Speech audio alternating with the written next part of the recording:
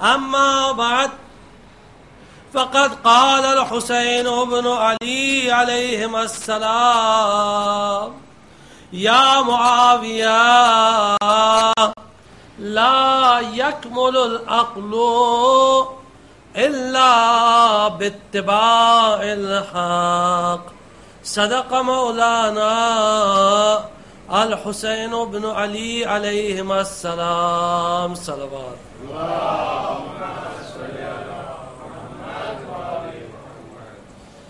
امام حسین علیہ السلام نے فرمایا اے معاویہ، عقل اس وقت تک مکمل ہو نہیں سکتی جب تک حق کی اتباع اور پیروی نہ کی جائے، جب تک حق کو فالو نہ کیا جائے. گفتگو تھی صفات العاقل اور صفات الجاہل. عاقل میں کون کون سی صفات پائی جاتی ہے اور جاہل میں کون کون سی صفات پائی جاتی ہیں. امام نے فرمایا کہ ہر انسان کو چاہیے کہ عاقل کی صفات کو اپنانے کی کوشش کرے اور جاہلوں کی صفات سے دور رہنے کی کوشش کرے. کل بات تواضع کی شروع ہوئی تھی. تواضع یعنی ہیوملٹی. انسان میں ہیوملٹی پائی جانا چاہیے. اور جنرلی اللہ کے سامنے تو ہر آدمی ہمبل ہوتا ہے، اللہ کے سامنے تو ہر آدمی جھک جاتا ہے، بالخصوص جب مصیبتوں میں گھر جاتا ہے، جب پریشانیوں میں گھر جاتا ہے، جب دیکھتا ہے کہ اس کا کوئی نہیں ہے سوائے اللہ کے، تب اپنے سر کو جھکا لیتا ہے. حتیٰ کہ فرعون جیسا شخص بھی رات کی تاریکی میں اپنے آپ کو اپنے محل کے ستون سے باندھ کے گریا کرتا تھا.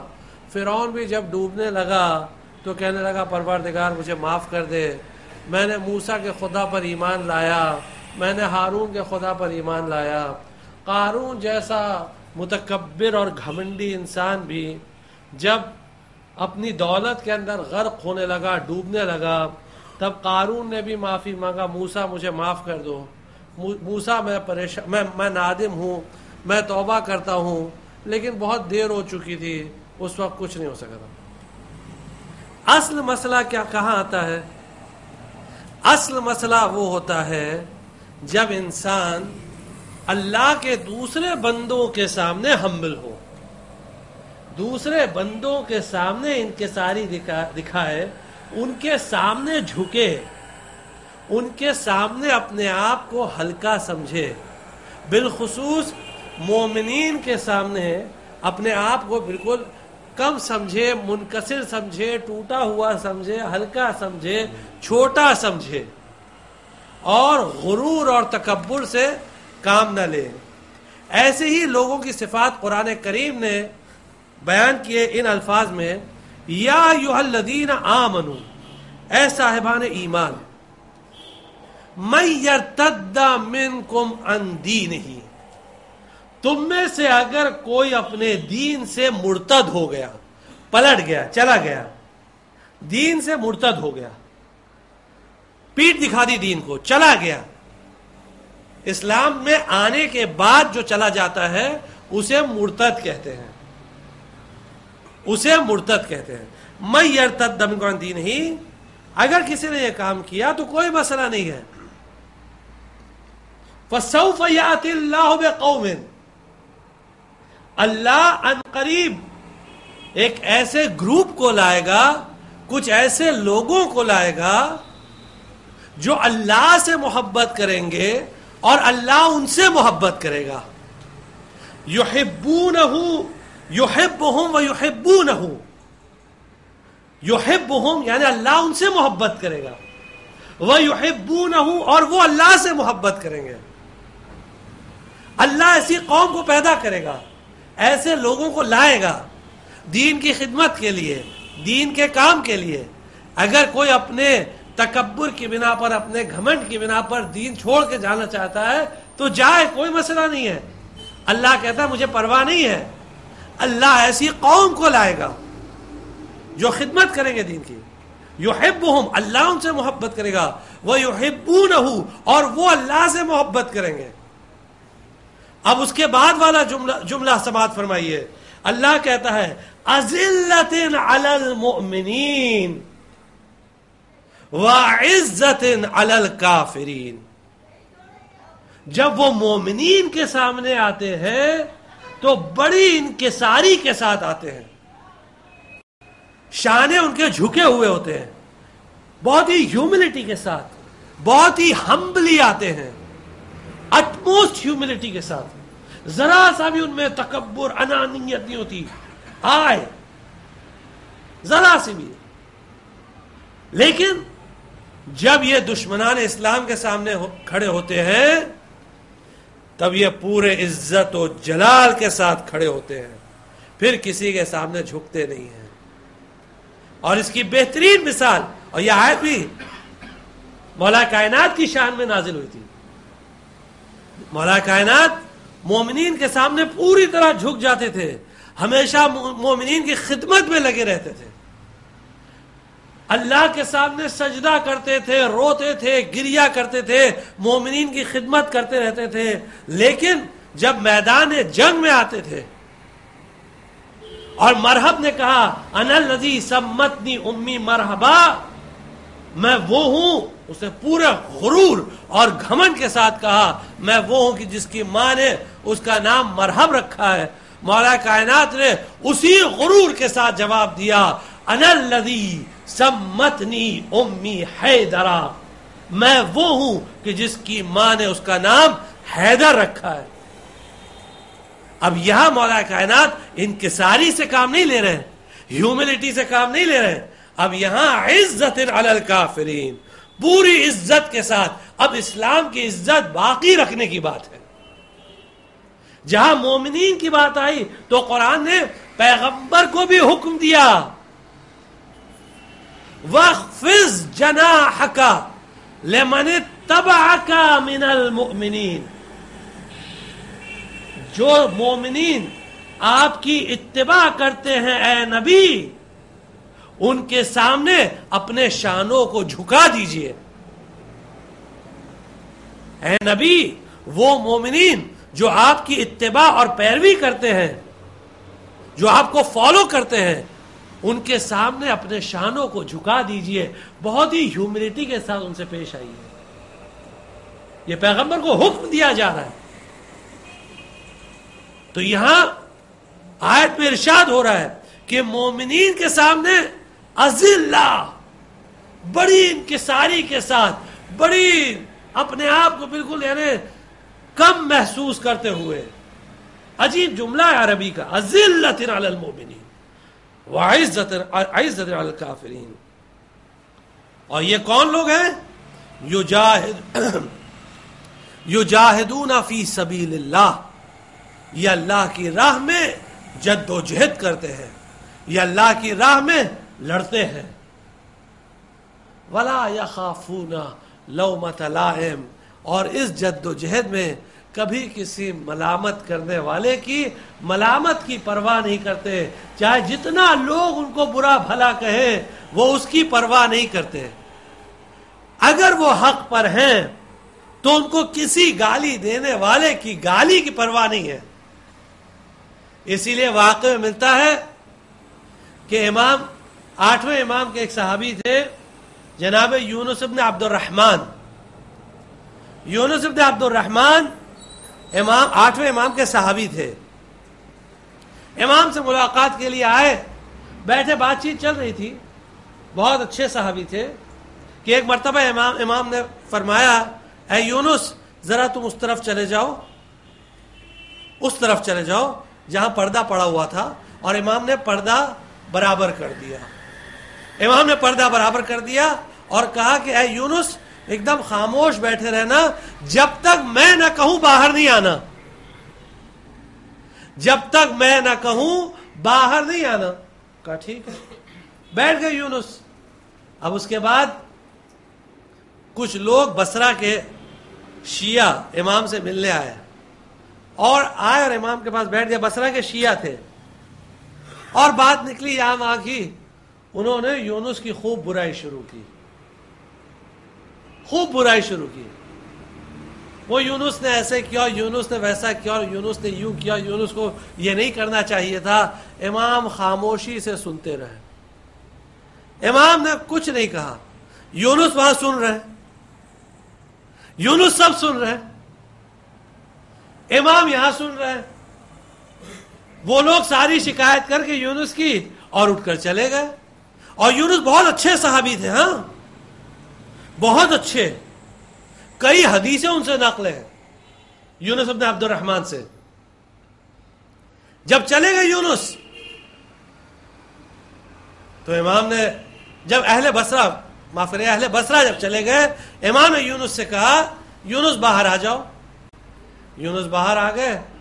حدیث کا جملہ ہے روتے ہوئے, قد خرج باکیا, روتے ہوئے کہنے لگے یا ابن رسول اللہ, مولا میں تو اتنی دین کی خدمت کرتا ہوں, دین کے لیے اتنا کام کرتا ہوں, اتنا دین کے لیے محنت کرتا ہوں, اور اس کے بعد یہ شیعہ لوگ میری اتنی برائی کرتے ہیں, ایسی ایسی باتیں میرے بارے میں کرتے ہیں, اور خوب گریا کرنے, رونے لگے. امام نے کہا اے یونس,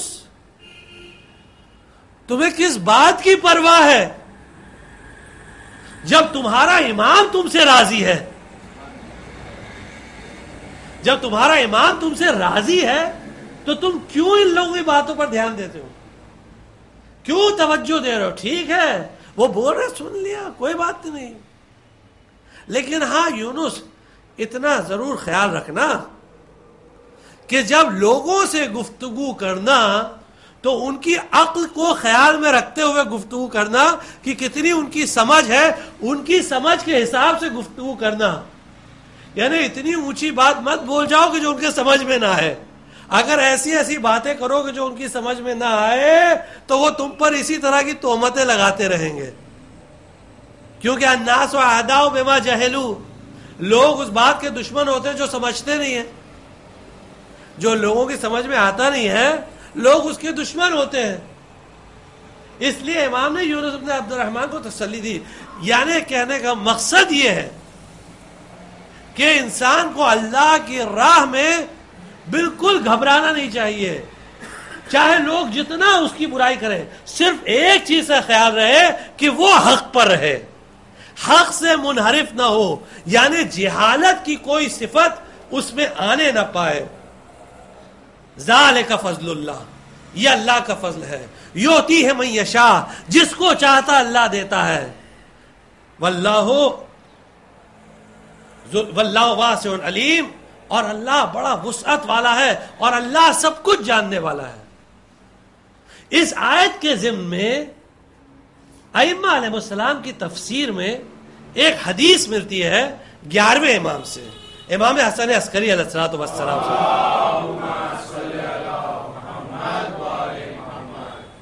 فرماتے ہیں جو اس دنیا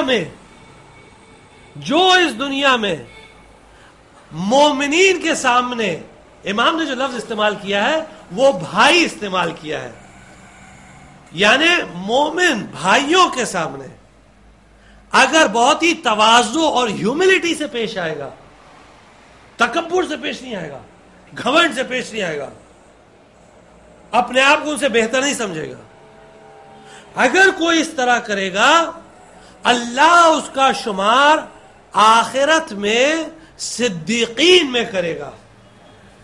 صدیقین, اور یہ وہی لوگ ہیں جو حقیقی طور پر ریئل میننگ میں شیعہ علی ابن ابی طالب کے ہیں.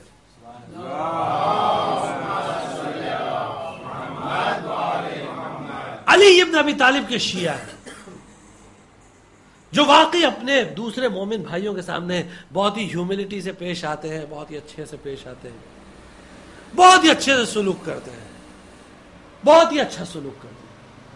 اور پھر اس کے بعد اسی حدیث میں امام نے مثال بھی تھی, امام نے مثال دی کہ مولا کائنات علی ابن ابی طالب علیہ السلام کتنے تواضع اور ہیوملٹی سے پیش آتے تھے, کتنے تواضع سے. جو مشہور داستان ہے, امام نے وہ داستان بیان کی کہ ایک باپ اور بیٹے امام کے پاس آئے, امام نے ان کو کھانے پر بلایا کہ آؤ بیٹھو کھانے پر, دسترخوان پر بٹھایا. جب وہ لوگ کھا لیے تو امام نے, عام طور سے ایسا ہوتا تھا غلام ہاتھ دھلاتا تھا, لیکن امام نے کہا نہیں، یہ میرے چاہنے والے ہیں، میں ان کو خود ہاتھ دھلاؤں گا. اور امام نے باپ کا ہاتھ دھلانا شروع کیا. جیسے ہی امام نے شروع کیا، وہ جو باپ تھا وہ امام کے پیر پر گر گیا. مولا یہ کیا کر رہے ہیں آپ؟ امیر المومنین، آپ ہمارا ہاتھ دھلا رہے ہیں، یہ تو ہم کو کرنا چاہیے. امام نے کہا نہیں، یہ میرا حق ہے، میں کروں گا. امام نے ہاتھ دھلایا. اب دیکھیے یہاں تک تو بات بالکل سمجھ میں آتی ہے، لیکن اب علی کا انصاف دیکھیے، علی کی تعلیم دیکھیے کہ علی کیا ادب سکھا رہے ہیں، کیا تمیز سکھا رہے ہیں، دنیا کو سبق دے رہے ہیں. علی نے باپ کا ہاتھ دھلایا. اب کہتے ہیں علی اگر میں بیٹے کا بھی ہاتھ دھلا دوں گا تو باپ اور بیٹے میں کوئی فرق نہیں رہ جائے گا. تو اے حسن تم آؤ اور بیٹے کا ہاتھ تم دھلاؤ. اور امام حسن سے کہا کہ بیٹے کا ہاتھ دھلاؤ. یہ علی خود بھی انکساری، امام حسن بھی انکساری، دنیا کو انکساری اور ہیوملٹی کی تعلیم دے رہے ہیں کہ دیکھو اس طرح ہمبل بنو. اب اکثر ذہن میں یہ خیال آتا ہے کہ ہم ہمبل ہیں یا نہیں ہیں. ہر چیز کا ایک لٹمس ٹیسٹ ہوتا ہے نا، کیمسٹری میں ہر ایک چیز کا ایک لٹمس ٹیسٹ ہوتا ہے کہ آیا یہ چیز ہم میں پائی جاتی ہے یا پائی نہیں جاتی ہے، ہم ہمبل ہیں یا نہیں ہے. تو ائمہ معصومین علیہ السلام نے وہ باتیں بھی بیان کر دی کہ دیکھو یہ معیار رکھو، اگر یہ چیزیں تم میں پائی جاتی ہے تو ہیوملٹی ہے، اگر یہ نہیں پائی جاتی ہے تو ہیوملٹی نہیں ہے. ایک سب سے پہلی چیز کہ جب کسی مجلس یا محفل میں جاؤ تو صدر مجلس بننے کی کوشش نہ کرو. یعنی ہمیشہ اس کوشش میں نہ رہو کہ صدر مجلس بنے، بڑی منزل پر آ کر بیٹھے، ایسے مقام پر لوگ کہیں آئیے جناب آئیے، یہ آپ کی منزل، یہ آپ کی پوزیشن. صدر منزل اگر پیچھے بٹھا دیا تو یہ ہماری توہین ہو گئی، یہ ہماری توہین ہو گئی، یہ ہماری انسلٹ ہے. ہم کو پیچھے بٹھا دیا، ہم کو وہاں بیٹھنا چاہیے تھا، وہ پوزیشن ہے، ہم عالم دین ہے، ہم فلاں ہے، ہم فلاں پوزیشن. خود اپنے لیے تصور کریں. جو واقعی عالم ہوتا ہے وہ کبھی یہ تصور نہیں کرتا، جو نہیں ہوتا ہے وہ یہ سب چیزیں زیادہ سوچتا ہے. جو سمجھتا ہے ہم رئیس ہیں، ہم بڑے ہیں، ہم مثال کے طور پر خالی مثال دے رہے ہیں، مثال کو لٹرل میننگ میں مت لیا کریے، مثال خالی مثال کے طور پہ ہوتی ہے. ہم جماعت کے پریزیڈنٹ ہیں، ہم جماعت کے پریزیڈنٹ، تو ہم کو جو وہ پریزیڈنٹ کی کرسی پہ بیٹھ گیا. جو واقعی منکسر ہوگا، جو واقعی ہم لوگ کہیں بھی بیٹھ جائے. ہاں پھر لوگ کہیں جناب آپ وہاں نہیں یہاں بیٹھیے تو پھر بیٹھے، وہ بات الگ ہے، وہ بات الگ ہے. پھر یہ نہ کہ اگر لوگ اصرار بھی کریں تو ضد کریں، نہیں. پھر مولا کائنات فرماتے ہیں ایسا انسان وہ انسان نہیں ہے جو احترام کو ٹھکرائے. یہ مولا کائنات کا جملہ تھوڑا اچھا مینس اچھا نہیں لگتا ہمیں بولنے کو، مولا کائنات بول سکتے ہیں، مولا کائنات ہے، کہتے ہیں لا یرد الاکرام الا الحمار. حمار آپ سمجھتے ہیں نا عربی میں کسے کہتے ہیں؟ حمار گدھے کو کہتے ہیں. یعنی احترام کو کوئی نہیں ٹھکراتا سوائے، بس آپ سمجھ جائیے. تو اگر لوگ احترام کر رہے ہیں تو احترام کو ایکسپٹ کریے، یہ نہیں کہیے نہیں نہیں نہیں میں تو یہیں بیٹھوں گا. نہیں ٹھیک ہے لوگ ایکسپٹ، لیکن وہ احترام دماغ میں نہ گھسنے پائے، انانیت آنے پائے کہ میں کچھ ہوں، یہ نہ آنے پائے.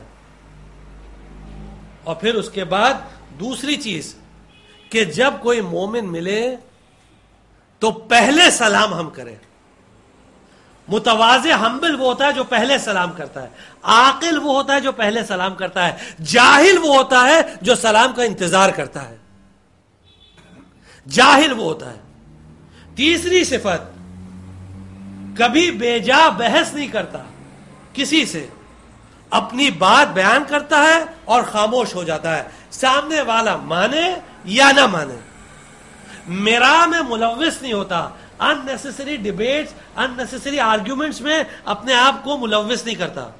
بات بیان کر دیا ہے، ماننا ہے تو مانو، نہیں ماننا ہے تو مت مانو.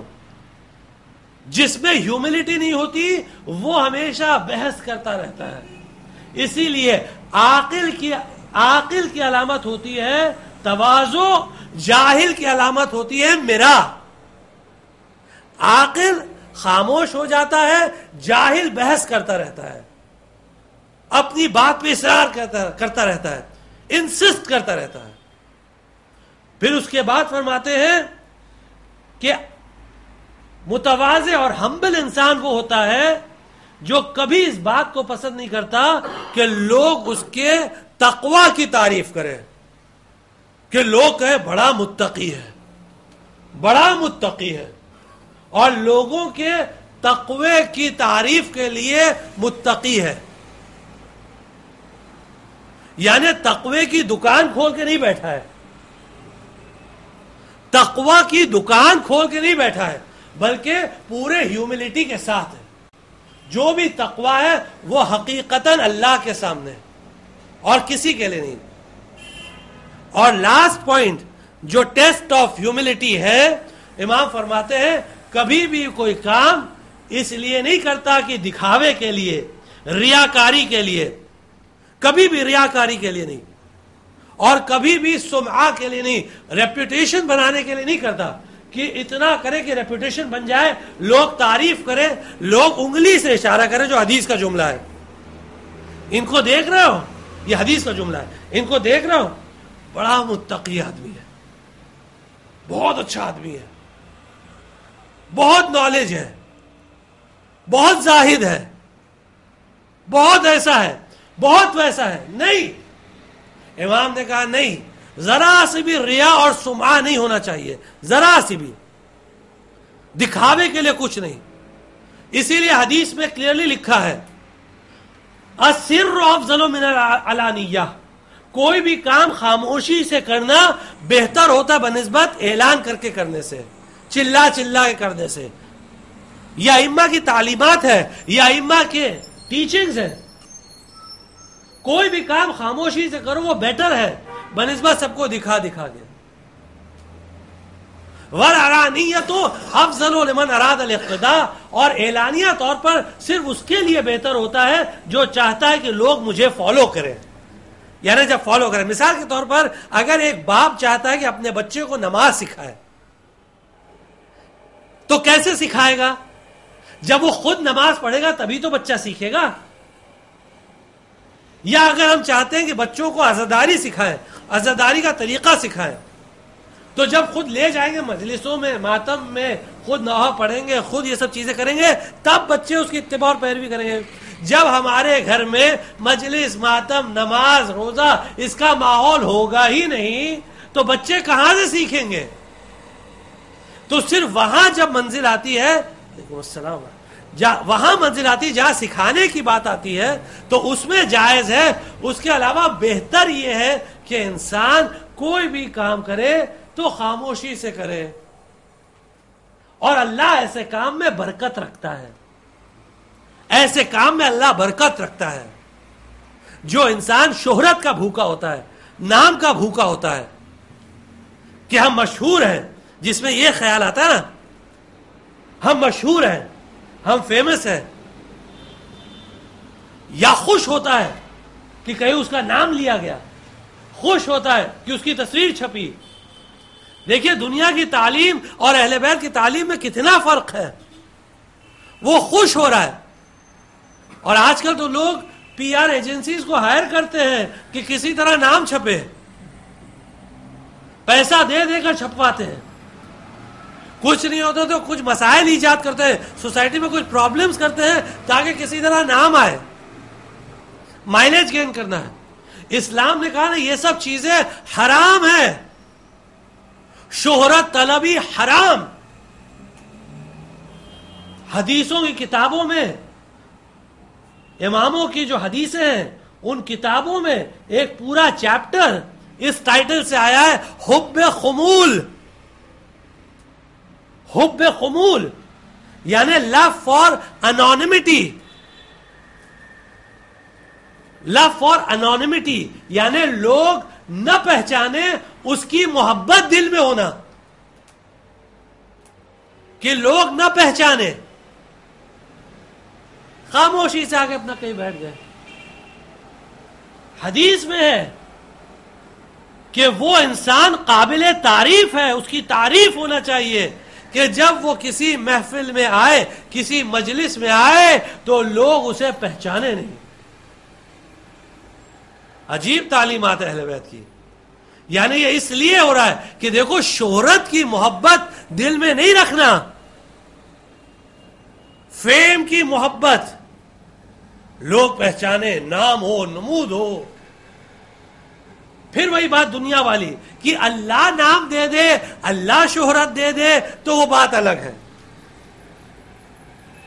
وہ ایک الگ چیز ہے کہ اللہ خود کسی کو دے دے, لیکن خود دل میں شہرت ہونا یہ غلط ہے, یہ غلط ہے. ائمہ نے اس کو انکریج نہیں کیا ہے. ائمہ نے کہا صرف اپنا کام کرتے جاؤ, اور ایسے لوگوں کی ایک خصوصیت بیان کر دے, پھر اگلی صفات عاقل پہ یا جاہل پہ چلے. جو لوگ دنیا میں خاموشی سے کام کرتے ہیں وہ جنت میں جائیں گے بغیر رضوان کی پرمیشن کے. رضوان کو بھی نہیں معلوم ہوگا کہ یہ کیسے چلے گئے. جب رضوان جو جنت کے کیئرٹیکر ہیں وہ پلٹ کے دیکھیں گے تو دیکھیں گے یہ لوگ جنت میں بیٹھے, تو رضوان پوچھیں گے بھائی تم جنت میں کیسے آ گئے؟ جنت میں تو کوئی جا نہیں سکتا بغیر میرے پوچھے ہوئے, تم کیسے آ گئے؟ تو کہیں گے اللہ نے ہم کو ڈائریکٹ جنت میں ڈال دیا. تو کہا یہ کیسے؟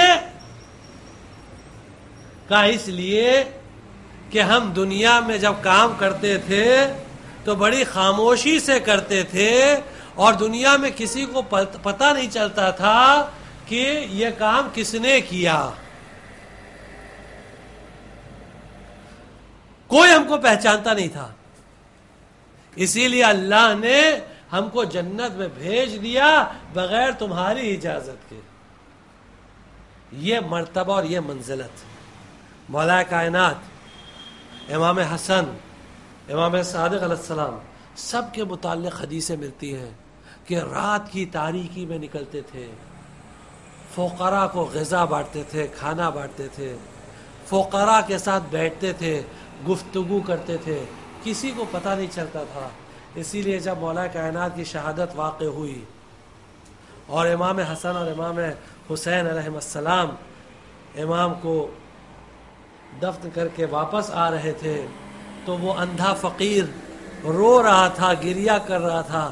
جب اس کے پاس بیٹھے دونوں کہنے لگے, وہ فقیر کہنے لگا کہ میرا ایک دوست تھا, میرا ایک انیس تھا جو رات کی تاریکی میں میرے ساتھ آ کر بیٹھ کر راز و نیاز کی باتیں کرتا تھا, آج 3 دن سے وہ آیا نہیں ہے. 3 دن سے وہ آیا نہیں ہے.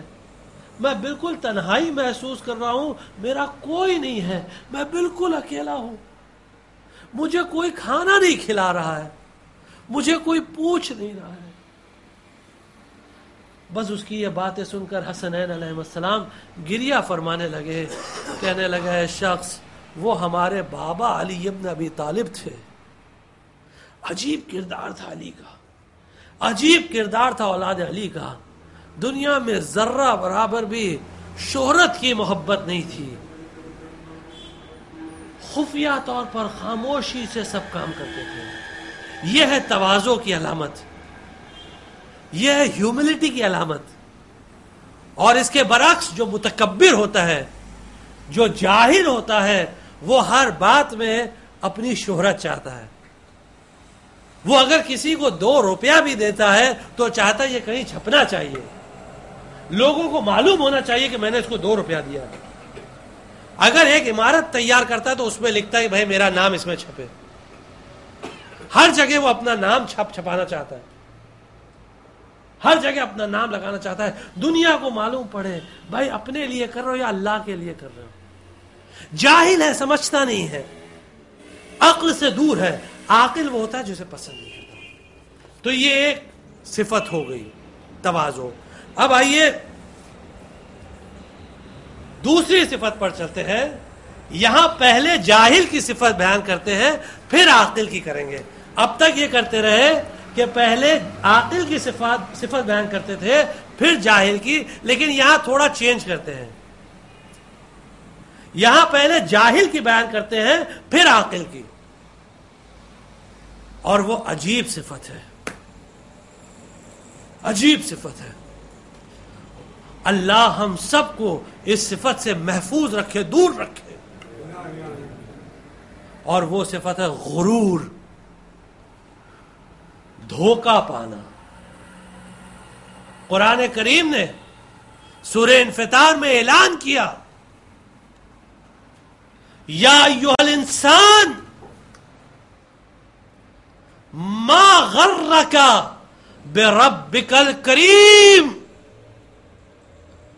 اے انسان، وہ کون سی چیز تھی، وہ کون سی شے تھی کہ جس نے تجھے تیرے کریم پروردگار کے سامنے مغرور کر دیا، تجھے دھوکہ دے دیا تیرے کریم پروردگار کے سامنے.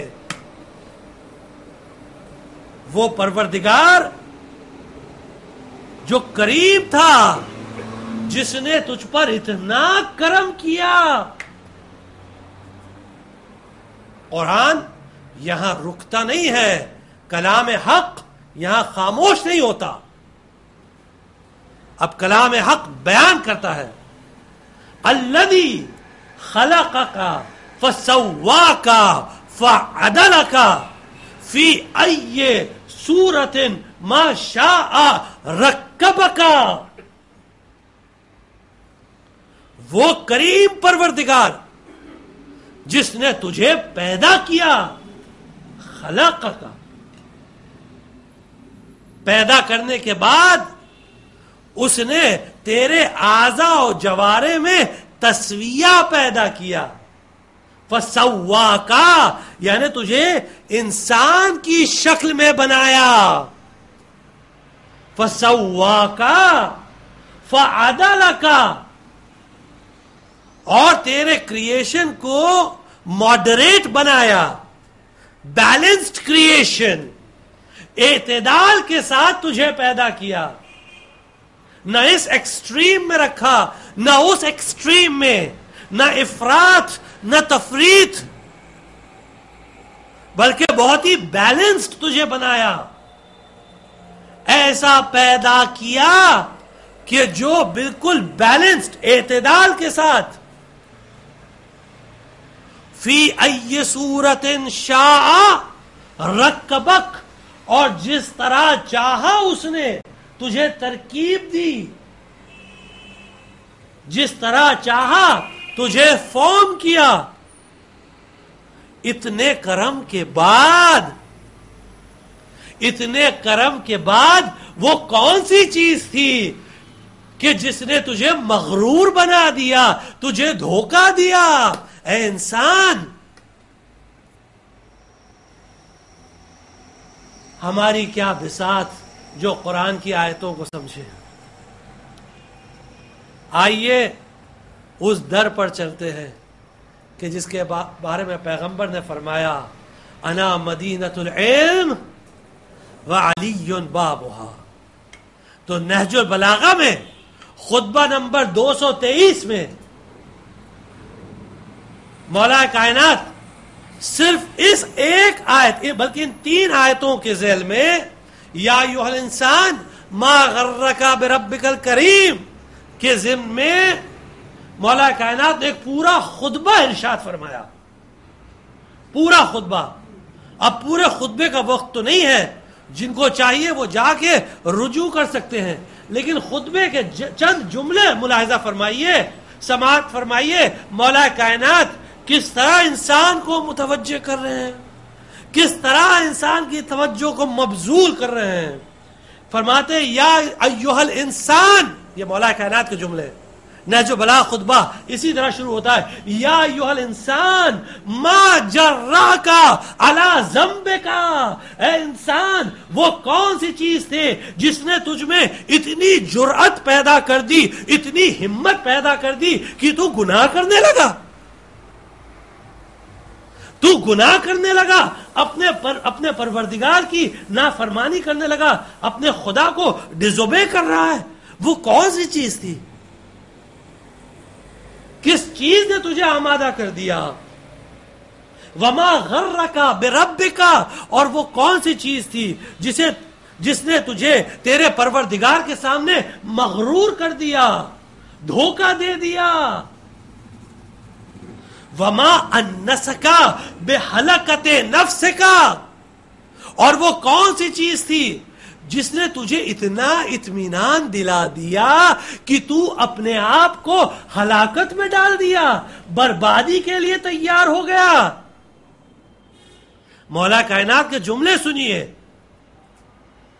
وہ کون سی چیز تھی کہ تو اتنا مطمئن ہو گیا، اتنا سیٹسفائیڈ ہو گیا دنیا میں کہ اب اپنے آپ کو برباد ہونے کے لیے بھی تیار ہو گیا، ہلاکت میں ڈالنے کے لیے بھی تیار ہو گیا.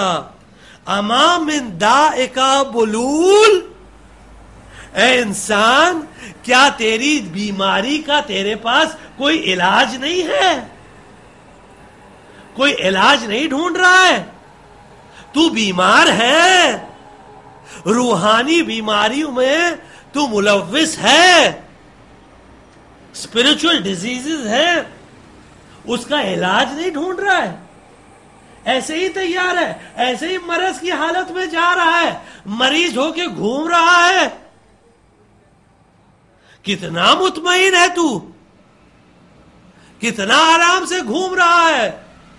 انسان کو تھوڑا سا درد ہوتا ہے تو ڈاکٹر کو دکھاتا ہے جسمانی طور پر، یا روحانی طور پر ایسے ہی گھوم رہا ہے. ام لیسا نومتک یقظا، انسان تو اپنی نیند سے اٹھ نہیں رہا ہے، ابھی تک سو رہا ہے. کیا جب موت آئے گی تب اٹھے گا؟ کب اٹھے گا؟ کون تجھے بیدار کرے؟ کون تجھے تیری نیند سے اٹھائے؟ کیسے اٹھاؤں تجھے؟ مولا کائنات کے جملے دیکھیے. کیسے اٹھاؤں تجھے؟ کون اٹھائے تجھے؟ یہ اس آیت کی تفسیر ہے، اس آیت کی تفسیر ہے جو مولا کائنات بیان کر رہے ہیں. اما ترحم من نفسک، کیا تجھے تیرے حال پہ ترس نہیں آتا؟ تجھے تیرے حال پہ ترس نہیں آتا؟ ما ترحم من غیرک، جیسے تو دوسروں پر ترس کھاتا ہے، تجھے تیرے اپنے حال پہ ترس نہیں آتا؟ پھر مولا کائنات کیا مثال دیتے ہیں آپ دیکھیے. جب تو دیکھتا ہے کہ ایک انسان دھوپ میں پریشان ہے تو تو اس سے کہتا ہے کہ آجا سائے میں آجا، میں تجھے سایہ فراہم کر دیتا ہوں. اگر بھوکا ہے تو تو اسے کھانا فراہم کر دیتا ہے کہ میں تجھے کھانا کھلا دوں. دوسروں پر تو اتنا ترس کھاتا ہے، اپنے آپ پر ترس نہیں کھاتا، اپنے آپ پر بالکل ترس نہیں کھاتا. ما صبرک علی دائک، وہ کون سی چیز ہے کہ جس نے تیرے دل میں تیری بیماری کے لیے اتنا صبر کا جذبہ پیدا کر دیا، اتنا صبر کا جذبہ پیدا ہو گیا بیماری کے لیے کہ روحانی بیماری برداشت کرنے کے لیے تیار ہے. تو تیری روح مر رہی ہے، تجھے پرواہ نہیں ہے. وَجَلَّدَكَ عَلَى مُصَابِكَ، اور مصیبتوں میں، روحانی مصیبتوں میں تو اتنا فرم ہے. یہ تجھے کیا ہو گیا ہے؟ لا الہ الا اللہ. مولا کائنات کتنا درد رکھتے ہیں انسان کے لیے. لیکن انسان ہے کہ اسے پرواہ نہیں ہے.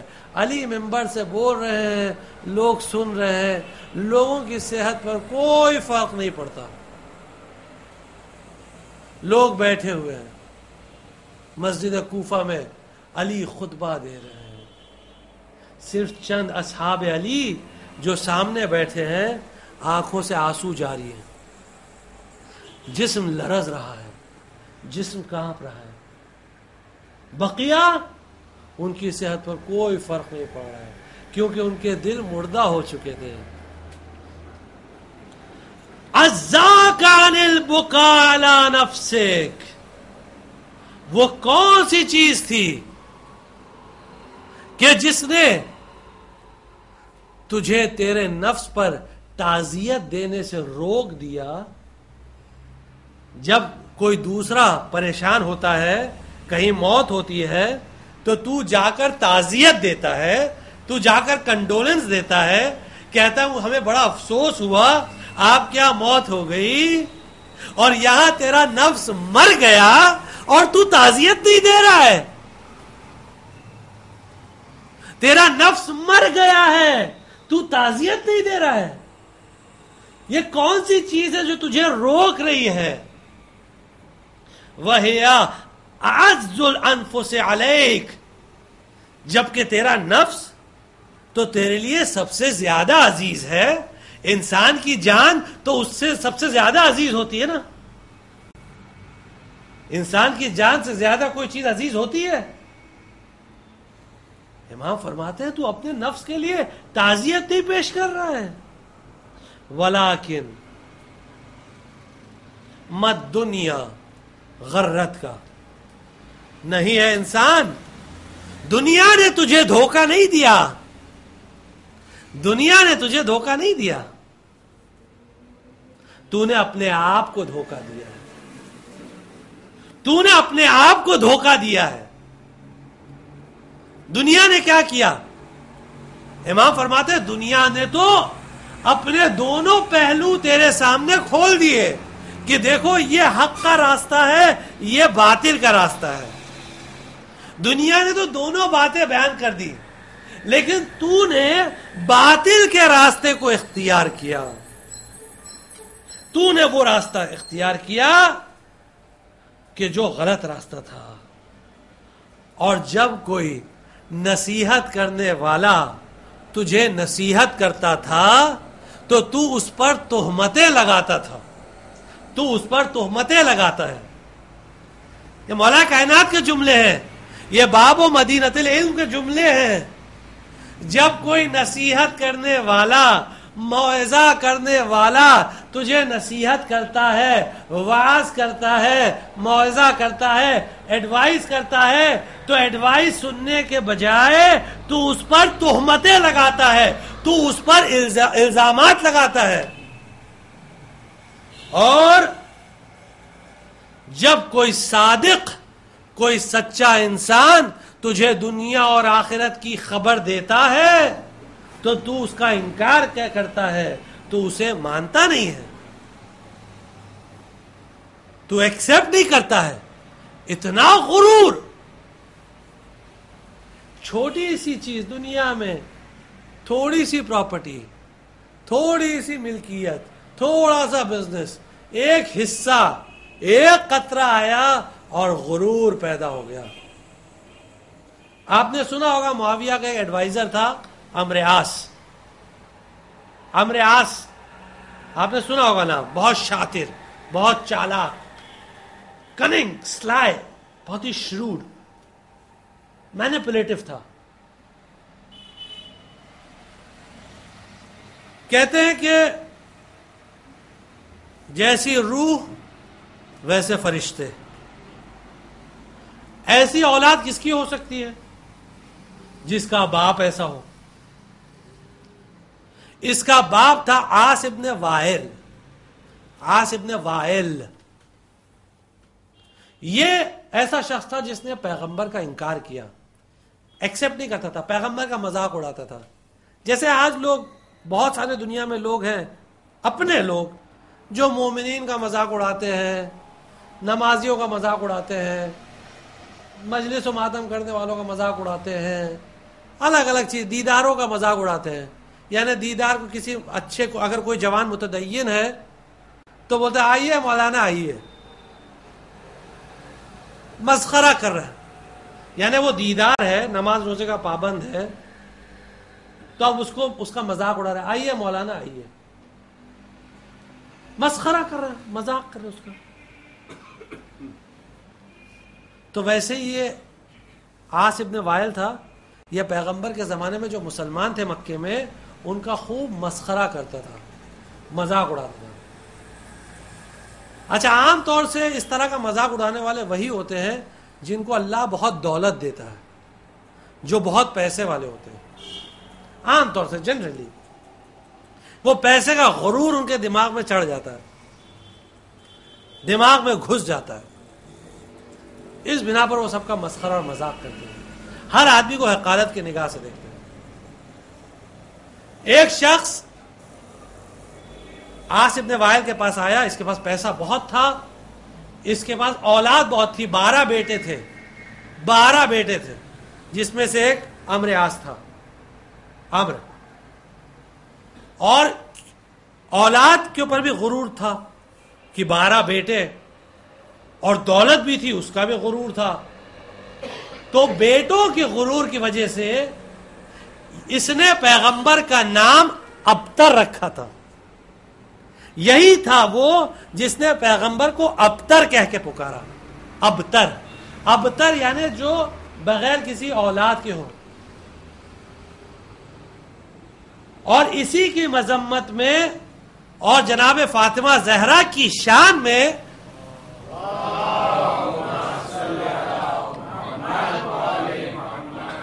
سورہ کوثر آئی. بسم اللہ الرحمن الرحیم، انا اعطیناک الکوثر، اے پیغمبر ہم نے تم کو کوثر عطا کیا. اے پیغمبر ہم نے تم کو کوثر، کوثر یعنی بہت زیادہ، بہت زیادہ، ہم نے تم کو کوثر عطا کیا. انا اعطیناک الکوثر فصل لربک وانحر. تو تم، صلی کا ایک میننگ ہوتا ہے صلوات بھیجو، صلوات بھیجیے.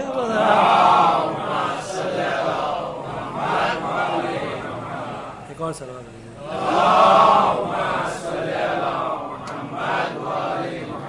اور ایک میننگ صلی جو جنرل میننگ ہے وہ نماز پڑھو. اب کیونکہ بات ہی نکلی ہے تو بات مکمل ہی کر دیتے ہیں. وانحر عام طور سے آپ جتنے قرآن کے ٹرانسلیشن دیکھیں گے اس میں لکھا ہے اینڈ سیکریفائس. سیکریفائس یعنی جانور ذبح کرو، ذبح کرو، نماز پڑھو اور ذبح کرو. لیکن اہل بیت کی تفسیر میں ایسا نہیں ملتا ہے. اہل بیت کی تفسیر میں ایسے ملتا ہے کہ راوی نے آ کے پوچھا کہ فصل لربک وانحر کا مطلب کیا ہوتا ہے. تو امام نے راوی سے پوچھا لوگ کیا کہتے ہیں. راوی نے کہا لوگ کہتے ہیں ذبح کرو. امام نے فرمایا ایسا نہیں ہے، بلکہ وانحر کا مطلب یہ ہوتا ہے کہ جب نماز پڑھو تو ہر نماز میں اللہ اکبر، اللہ اکبر، جب اللہ اکبر کہتے ہیں یعنی جب دوسری سورہ مکمل کر کے رکوع میں جاتے ہیں تو اللہ اکبر، جب رکوع سے اٹھتے ہیں تو اللہ اکبر، یعنی ہاتھوں کو کان تک لے کے جانا اللہ اکبر. پھر سجدے میں گئے، سجدے سے اٹھے اللہ اکبر، پھر سجدے میں جاتے ٹائم اللہ اکبر، پھر سجدے سے اٹھے اللہ اکبر. یعنی ہر ٹائم جب اللہ اکبر بولے تو ہاتھ کو کان تک لے کر جائیں، ہاتھ کو کان تک لے کر جائیں تکبیر کے ساتھ ساتھ. یہ ہوتا ہے وانحر کا مطلب. یہ اہل بیت نے سمجھایا. وانحر کا مطلب یہ ہوتا ہے کہ جب نماز پڑھو تو اس طرح پڑھو، اس طرح، یعنی قاعدے سے نماز پڑھو، اچھے سے نماز پڑھو. اور پھر حدیث کا جملہ ہے کہ آسمان کے فرشتے اسی طرح نماز پڑھتے ہیں. آسمان کے فرشتے اسی طرح نماز پڑھتے ہیں. تو یہ ہوئی وانحر کی بات. بہرحال پھر اصل موضوع پر آتے ہیں. فَصَلِّ لِرَبِّكَ وَانْحَرْ ان شأنیک هو الابتر، اے پیغمبر یہ تمہارا دشمن یہ ابتر ہوگا، یہ لا ولد ہوگا، یہ بغیر اولاد کے ہوگا، اس کی نسل منقطع ہو جائے گی۔ عاص ابن وائل کے 12 بیٹے تھے، لیکن اس کے بعد تیسری نسل نہیں چل پائی، سب کی سب ختم۔ تو یہ عاص ابن وائل کے پاس ایک شخص آیا اور کہنے لگا اے عاص، اللہ نے تجھے اتنی دولت دی ہے، میں ذرا پریشان حال ہوں، میری ذرا مالی مدد کر دے، مجھے تھوڑا مال دے دے، میں پریشان حال ہوں۔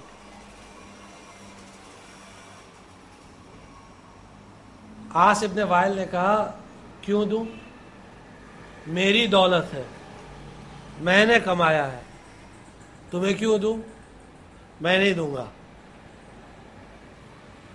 اس نے کہا ٹھیک ہے مت دے، قیامت کے دن میں تجھ سے مانگ کے لوں گا، قیامت کے دن تجھ سے مانگ کے چھین کے لوں گا۔ عاص ابن وائل نے جواب دیا ارے قیامت پر عقیدہ کون رکھتا ہے، اور قیامت اگر آئے گی بھی تو اللہ نے مجھے، میرے پاس 12 بیٹے ہیں، میں 12 بیٹوں کے ذریعے جو بھی ہوگا قیامت بھی سنبھال لوں گا، میرے پاس اتنی دولت ہے کہ میں قیامت کو بھی سنبھال لوں گا۔ تو یعنی گویا کہ اسے اتنا غرور اور گھمنڈ تھا اپنی مال اور دولت پر، اپنی اولاد پر، کہ وہ قیامت پر بھی ایمان نہیں رکھتا تھا۔ اسی لیے قرآن نے آواز دی انما اموالکم و اولادکم فتنہ، دیکھو تمہاری مال اور تمہاری اولاد یہ دونوں تمہارے لیے امتحان ہے، کبھی مال اور اولاد پر گھمنڈ نہ کرنا، کبھی تکبر نہ آنے پائے، کبھی غرور نہ آنے پائے۔ مولا کائنات ایک ایک بات یہاں اس خطبے میں بیان کر رہے ہیں، لیکن دنیا نے نہ علی کی طرف توجہ دی نہ اولاد علی، اسی لیے علی کے خلاف اتنا بغض اور اتنا کینہ رکھا کہ کربلا میں آئے اولاد علی سے بدلہ لینے آئے، جب سارے بنی ہاشم مارے گئے، امام حسین علیہ السلام نے ایک مرتبہ آواز دی بنیا تقدم، بیٹا علی اکبر جاؤ میدان میں جاؤ۔ علی اکبر اب تک انتظار کر رہے تھے کہ جیسے ہی بابا اجازت دے تو میں جاؤں اور جنگ کروں۔ علی اکبر تیار ہو گئے جنگ میں جانے کے لیے، لیکن امام نے فرمایا بیٹا علی اکبر ایک مرتبہ جا کر اپنی ماں سے اجازت تو لے لو، جا کر پھوپھی اماں سے اجازت تو لے لو جس نے تم کو اتنے ناز و نعم سے پالا ہے۔ علی اکبر گئے، ماں سے اجازت لی، اب جب زینب کبریٰ کے پاس آئے اجازت لینے کے لیے تو زینب نے ایک مرتبہ علی اکبر کو سر سے لے کر پیر تک دیکھا اور کہا بیٹا علی اکبر کیا اسی لیے تم کو 18 برس تک پالا کہ تم آ کر موت کی اجازت مانگو؟ علی اکبر نے کہا پھوپھی اماں آپ اجازت نہیں دیتی ہیں تو نہ دیں، کوئی بات نہیں، لیکن اگر روز محشر یہ سوال ہو گیا زینب میرا حسین پیارا تھا یا تمہارا علی اکبر تو کون جواب دے گا؟ زینب نے کہا بیٹا اگر بھیا کا سوال ہے تو جاؤ بیٹا، میں نے اجازت دے دی۔ اب جو علی اکبر تیار ہو کر خیمے سے نکلنا چاہتے تھے تو حمید ابن مسلم جو مورخ کربلا ہے کہتا ہے کہ جیسے ہی علی اکبر نکلتے تھے ایک مرتبہ جیسے ہی خیمے کا پردہ اٹھتا تھا، کوئی بی بی علی اکبر کا دامن کھینچ کر پھر خیمے میں واپس لے لیتی تھی، پھر علی اکبر نکلنا چاہتے تھے، پھر کوئی بی بی کھینچ لیتی تھی. یہ چیز 2-3 مرتبہ ہوئی کہ ایک مرتبہ علی اکبر نے کہا بیویوں تم نے تو رخصت کر دیا تو اب کیوں مجھے خیمے میں واپس بلا رہی ہو؟ بیویوں نے کہا یا علیو ارحم غربتنا، اے علی اکبر جا تو رہے ہو لیکن ہماری بے کسی پر ترس کھانا. مجھے پتا نہیں، میں نے کسی کتاب میں دیکھا نہیں کہ یہ بی بی کون تھی جو علی اکبر کو واپس خیمے میں کھینچتی تھی، لیکن ایک بات ضرور ہے، اگر کوئی بڑی بی بی ہوتی تو علی اکبر کا شانہ کھینچ کر واپس لیتی. یہ دامن پکڑ کر کھینچنا بتاتا ہے کہ شاید 6 سال کی سکینہ تھی. بھیا علی اکبر، ارے ہمیں کہاں چھوڑ کر جا رہے ہو؟ علی اکبر گئے، جنگ کی بڑی بہترین جنگ کی. عباس کے شاگرد تھے، ایسی جنگ کی کہ مقتل میں لکھا ہے کہ 120 اشقیاء کو واصل جہنم کیا، لیکن اب تک جو میدان میں گیا وہ واپس نہ آیا سوائے وہب کلبی کے اور علی اکبر کے. آپ جانتے ہیں عزاداروں کہ علی اکبر کیوں واپس آئے، علی اکبر کیسے واپس آئے؟ ارے ماں کا دل تھا، ام لیلا علی اکبر کو جاتے ہوئے دیکھ کر ماں کا دل تھا کانپ گیا. ایک مرتبہ فضہ سے کہا فضہ ذرا در خیمے پر کھڑے ہو جاؤ، جوان بیٹے کا سوال ہے، اگر مولا کے چہرے کا رنگ بدل گیا تو سمجھ جاؤ میرے بیٹے پر کوئی مشکل وقت آ گیا ہے. فضہ جا کر در خیمے پر کھڑی ہو گئی. ایک مرتبہ مولا کے چہرے کا رنگ بدلا، فضہ دوڑتی ہوئی آئی اور کہنے لگی بی بی مولا کے چہرے کا رنگ بدل گیا. کہا فضہ جا کر مولا کو زحمت تو دو. فضہ گئی، مولا بی بی نے یاد فرمایا امام خیمے کے اندر تشریف لائے. کیا بات ہے لیلا، کیا بات ہے؟ کہا مولا آپ کے چہرے کا رنگ کیوں بدل گیا؟ کہا لیلا ایک بڑا نامی پہلوان علی اکبر سے لڑنے کے لیے آیا ہے، وہ 3 دن کا سیراب ہے، کھا پی کر آیا ہے، لیکن میرا بیٹا علی اکبر 3 دن سے بھوکا اور پیاسا. بس ام لیلا تڑپ گئی، مولا کیا کروں؟ کہا دعا کرو، بیٹے کے حق میں ماں کی دعا مستجاب ہوتی ہے.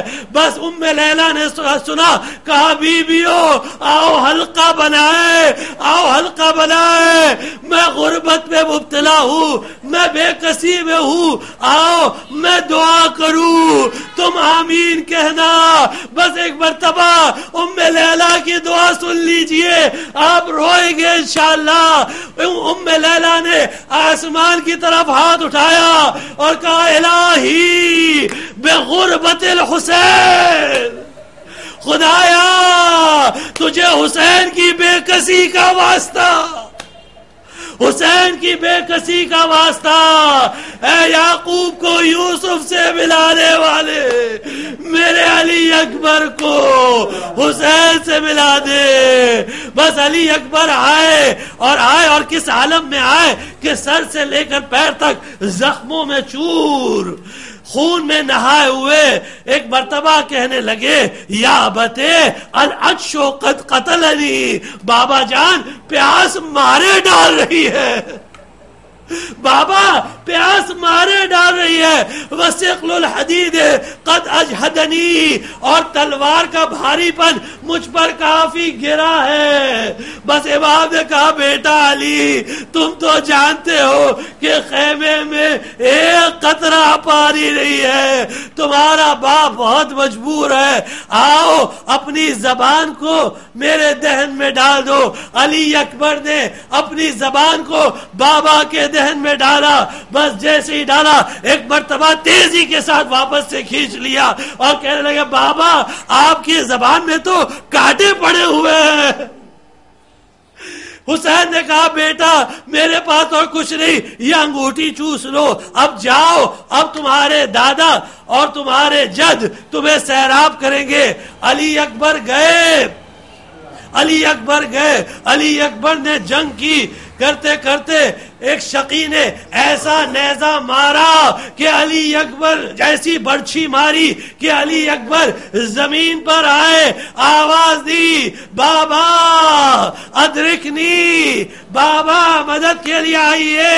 حسین دوڑتے ہوئے گئے، پہنچے علی اکبر کے سرانے، برچھی کو نکالا، انی ٹوٹی، علی اکبر نے دم توڑا، حسین نے مرثیہ پڑھا، یا بنیا علی الدنیا بعدک العفا، اے بیٹا تمہارے بعد زندگانی دنیا پر خاک ہو۔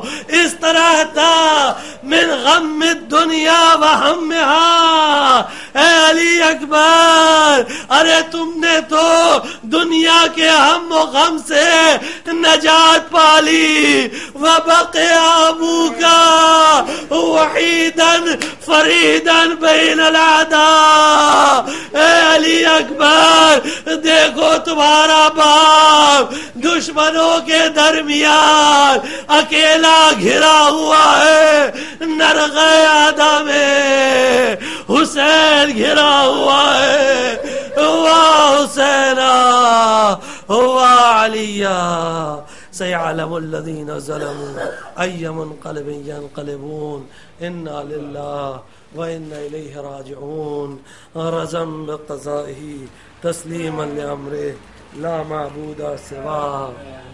پروردگارہ امام زمان علیہ السلام کے ظہور میں تعجیل فرما، پروردگارہ امام زمان علیہ السلام کے ظہور میں تعجیل فرما، ہم کو ان کے اعوان و انصار میں شمار فرما، پروردگارہ ہم کو دنیا میں حیات محمدی عطا فرما اور ہمیں موت محمدی عطا فرما، پروردگارہ جو پریشان حال ہیں ان کے پریشانیوں کو دور فرما، پروردگارہ جو مقروض ہیں ان کے قرضوں کو ادا فرما، جو بیمار ہیں ان کو شفاء کامل و عاجل عطا فرما، جو لا ولد ہیں ان کو اولاد نیک اور صالح عطا فرما، پروردگارہ ہم کو دنیا میں زیارت حسین اور آخرت میں شفاعت حسین سے مشرف فرما۔